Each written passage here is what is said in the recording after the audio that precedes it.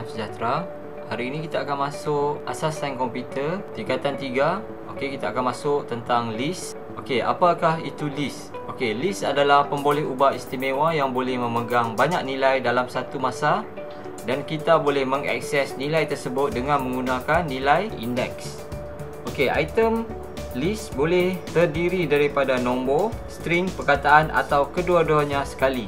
Okey, mari kita lihat poin yang kedua. Okey, nyatakan kebaikan penggunaan list markah. Okey, ini adalah list markah 30, 40, 54, 32 dan 56 berbanding dengan pemboleh ubah yang biasa seperti markah 1, 30, markah 2, 40, markah 3, 54, markah 4, 32 dan markah 5, 56. Okey, apakah kebaikannya? Okey, kebaikannya di sini kita boleh memegang banyak nilai. Okey, satu list boleh memegang banyak nilai. Jadi kita tidak perlu membuat pengisytiharan banyak kali di sini. Seperti di sini markah 1, markah 2, markah 3, markah 4 dan markah 5. Okey, lagi banyak kita boleh tulis di dalam list. Okey, bermaksud kita akan mengurangkan pengisytiharan pemboleh ubah kita. Okey, kita tengok pula yang ketiga, bagaimana nak kira ataupun nak paparkan dan mencari jumlah. Okey, di sini jika kita nak paparkan jumlah, kita akan print markah 1, kemudian kita akan print markah 2 dan print markah 3, markah 4 dan seterusnya untuk kita membuat untuk kita membuat paparan dan mencari jumlah. Kita akan buat seperti ini, markah markah 2, markah 3, dan kita nak jumlahkannya. Okey, bagaimana kita nak mencari jumlah? Okey, jumlah kita kena buat ini, jumlah sama dengan jumlah sama dengan seperti ini kita akan buat. Seperti ini kita akan buat jumlah sama dengan markah 1 tambah markah 2 tambah markah 3. Markah 1, markah 2 dan markah 3 untuk contoh yang ini. Untuk kita nak paparkan jumlahnya. Paparkan jumlah, kita akan print. Kita akan masuk di sini, kita akan print jumlah. Ini adalah contoh yang tidak menggunakan list. Tetapi bila kita menggunakan list, ia akan jadi lebih mudah. Tengok yang keempat. Variable atau pemboleh ubah hanya boleh memegang satu nilai. Kita boleh pegang satu nilai sahaja pada satu-satu masa. Kita boleh memegang satu nilai sahaja pada satu-satu masa. Maka penggunaan list digunakan untuk meringkaskan definisi pemboleh ubah. Kita tengok yang kelima. Kita tengok yang kelima. Yang kelima, penggunaan square bracket. Untuk isytiharkan list, kita menggunakan square bracket. Square bracket seperti ini.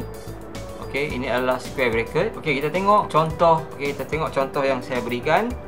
Kedudukan. Nama kita punya list adalah kedudukan 1, 5, 9, 21, 33 dan 45. Ini adalah list kita. Ini adalah cara untuk kita menggunakan list kita. Square bracket akan digunakan di sini. Di hadapan list kita. Square bracket akan digunakan di hadapan list kita. Di sini square bracket akan digunakan dan di akhir list kita. Di akhir list kita. Square bracket akan digunakan di awal list kita dan di akhir list kita. Mari kita lihat list kita secara lebih terperinci. Kedudukan tadi adalah nama list. Indeks. Kedudukan tadi adalah nama list. Indeks yang memegang nilai list tadi bermula dengan 0, 1, 2, 3, 4 dan 5.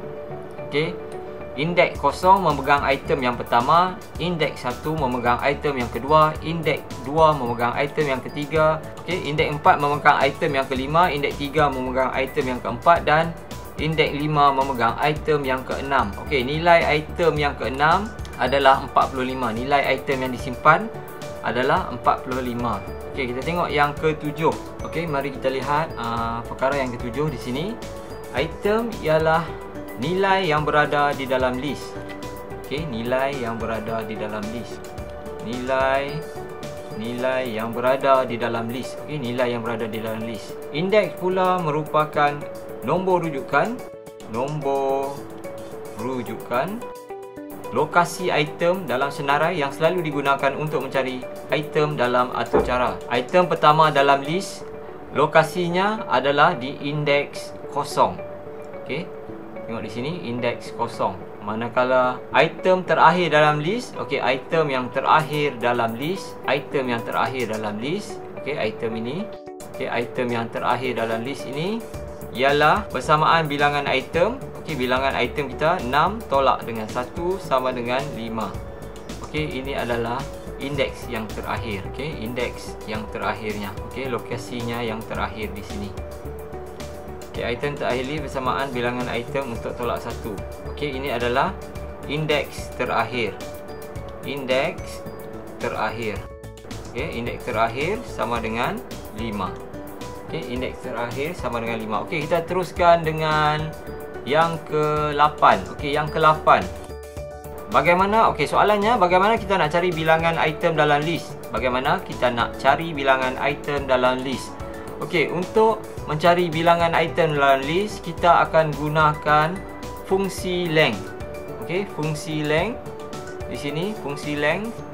Mari kita lihat contoh bagaimana kita nak gunakan fungsi length ini. Okey, kita tengok di sini. Okey, method yang kita nak cari kedudukan, okey, cari bilangan item adalah menggunakan method length. Okey, jadi kita akan printkan seperti ini. Okey, untuk keluarkan output dia. Okey, output yang akan dihasilkan. Okey, output yang akan dihasilkan berapakah kedudukan bilangan item dalam list. Okey, bilangan dia 1, 2, 3, 4, 5, 6. Okey, output dia akan keluar 6. Okey, output dia akan keluar 6 seperti ini. Okey, kita ada banyak metod-metod lain yang digunakan dalam list. Okey, kita boleh anda boleh dapati metod-metod ini di handout yang saya sediakan. Okey, seterusnya kita akan ke bahagian yang ke-9. Okey, bahagian yang ke-9, contoh penggunaan list. Okey, bahagian yang ke-9, contoh penggunaan list. Okey, kita tengok yang pertama. Okey, yang pertama, okey, ini adalah kod atur cara. Okey, ini nama list kita. List sama dengan, okey, list kita namanya kedudukan sama dengan kosong. Bermaksud list kita, okey, list kita dengan senarai yang kosong. Maksudnya dalam list kita tiada senarai. Okey, kosong. Okey, kemudian kita nak tambahkan satu item dalam list. Kita buat kedudukan.append. Okey, buka dan tutup kurungan, tulis 1 di sini dan kita akan dapat hasil yang pertama. Okey, dalam list kita ada 1. Kemudian line yang kedua ini dia akan tambah satu lagi item.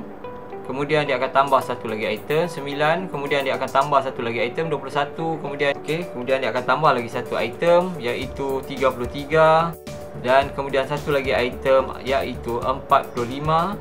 Kemudian tidak tambah lagi. Okey, dia akan tutup. Ini adalah list yang lengkap. Kemudian okey, kita tengok line ini print kedudukan. Dia akan printkan outputnya.